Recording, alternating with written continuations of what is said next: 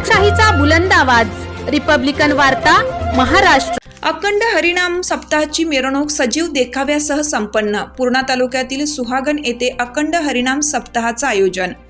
परभणी जिल्ह्यातील पूर्णा तालुक्यात सुहागण येथे गुरुवर्य मोतीराम महाराज दस्तापूरकर यांच्या कृपाशीर्वादाने चालत आलेल्या अखंड हरिनाम सप्ताहाची सांगता मिरवणूक काढण्यात आली।